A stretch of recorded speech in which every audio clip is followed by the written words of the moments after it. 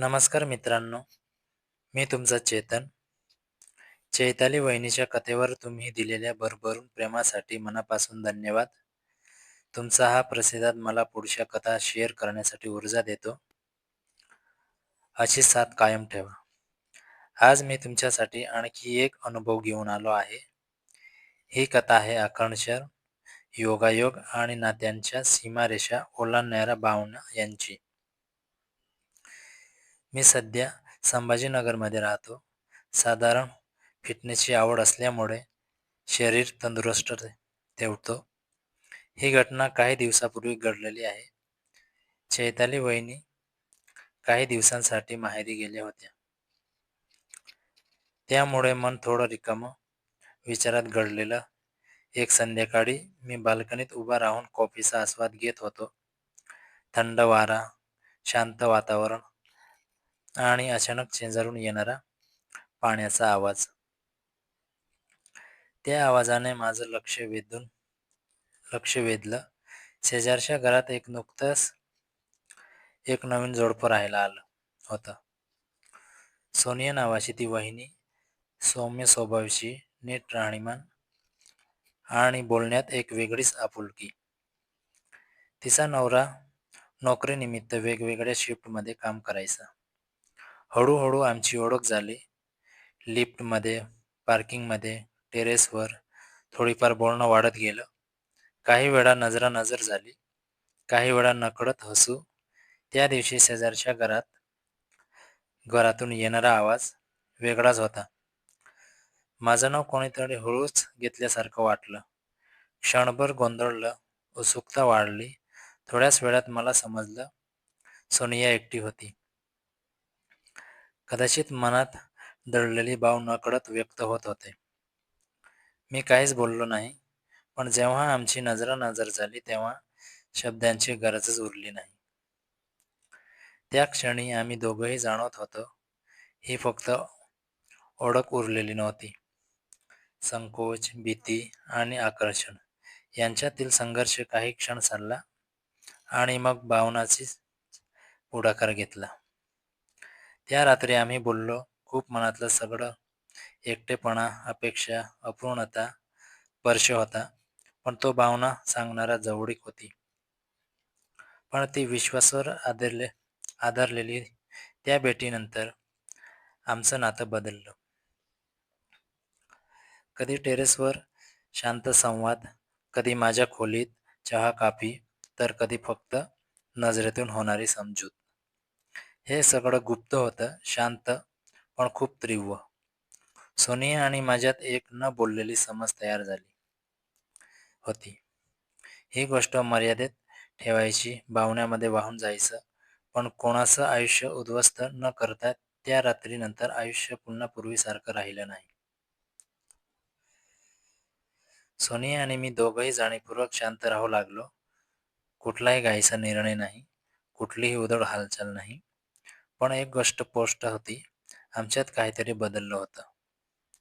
सकाळी टेरेसवर भेट झाली की आधीसारखी साधी गुड मॉर्निंग राहिली नव्हती. डोळ्यात एक वेगळीच चमक असायची. शब्द कमी, अर्थ जास्त.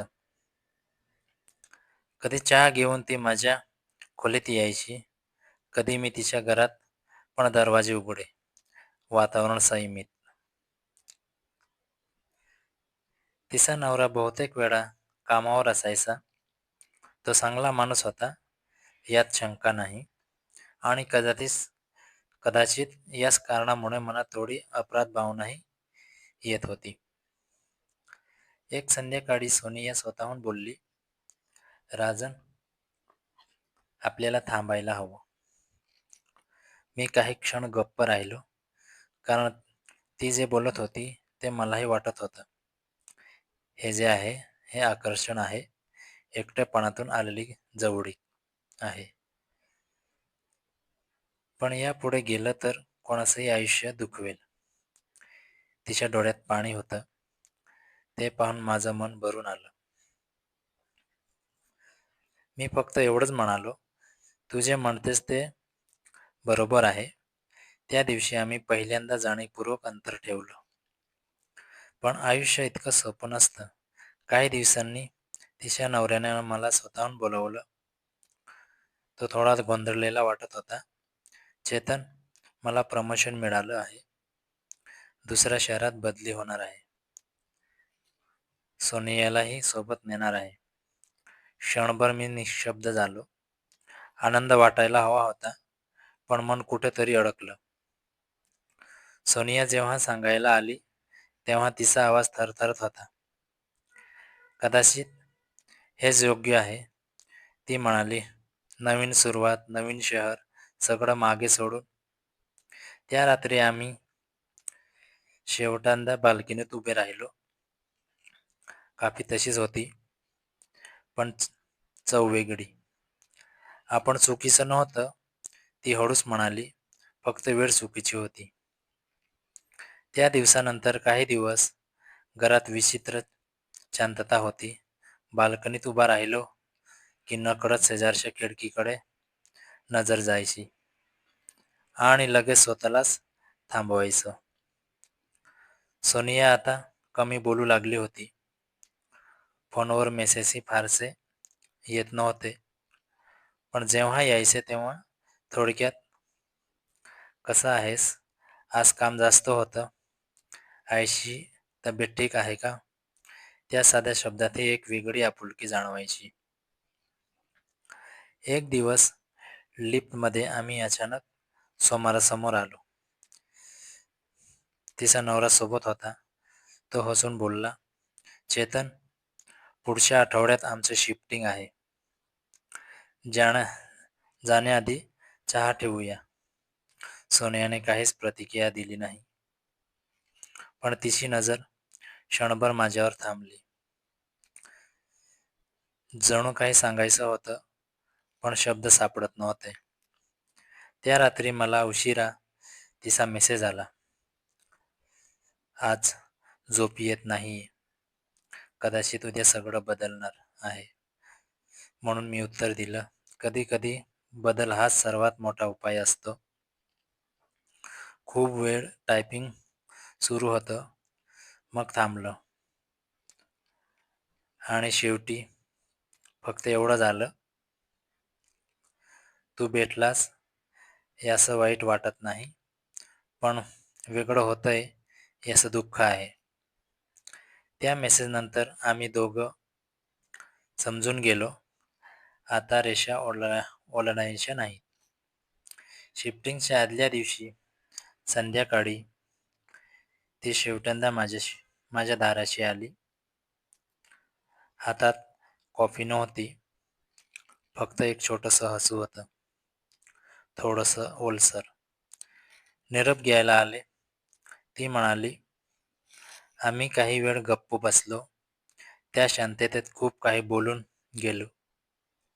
चेतन, ती म्हणाली, आपल्या आयुष्यात काही लोक क्षणभरासाठी येतात, पण ते क्षणभर आपल्याला आयुष्यभर पुरतात. मी फक्त एवढंच म्हणालो, तू सुखी राहा, तेच पुरेसं आहे. ती निघून गेली. दुसऱ्या दिवशी सकाळी ट्रक, सामान, हालचाल आणि संध्याकाळपर्यंत शेजारचं घर रिकामं. आजही तिथे कोणी नवीन राहतं, नवीन चेहरे, नवीन आवाज.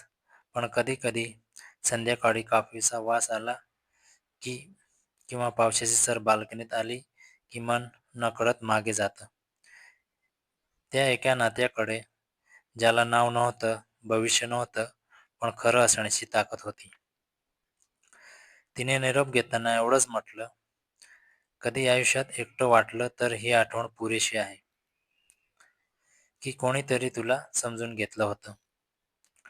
2 आठवड्यांनी ते दोघंही शहर सोडून गेले. आजही कधी पावसाळ्यातून, कधी कॉफीचा वास आला की कधी बाल्कनीत उभा राहिलो की ती आठवण येते. कोणतंही नातं नावाने ओळखता येत नाही. काही नाती फक्त क्षणासाठी येतात, पण आयुष्यभरासाठी शिकवण देऊन जातात. मित्रांनो, ही कथा इथेच संपते. कारण काही गोष्टी अपूर्ण राहिल्या म्हणूनच त्या सुंदर असतात. जर तुम्हालाही कधी असं वाटलं असेल की हे नातं चुकीचं आहे, पण भावना खरी आहे, तर ही कथा तुमच्यासाठीच होती. कथा आवडली असेल तर लाईक करा आणि कमेंटमध्ये तुमचं मत नक्की सांगा.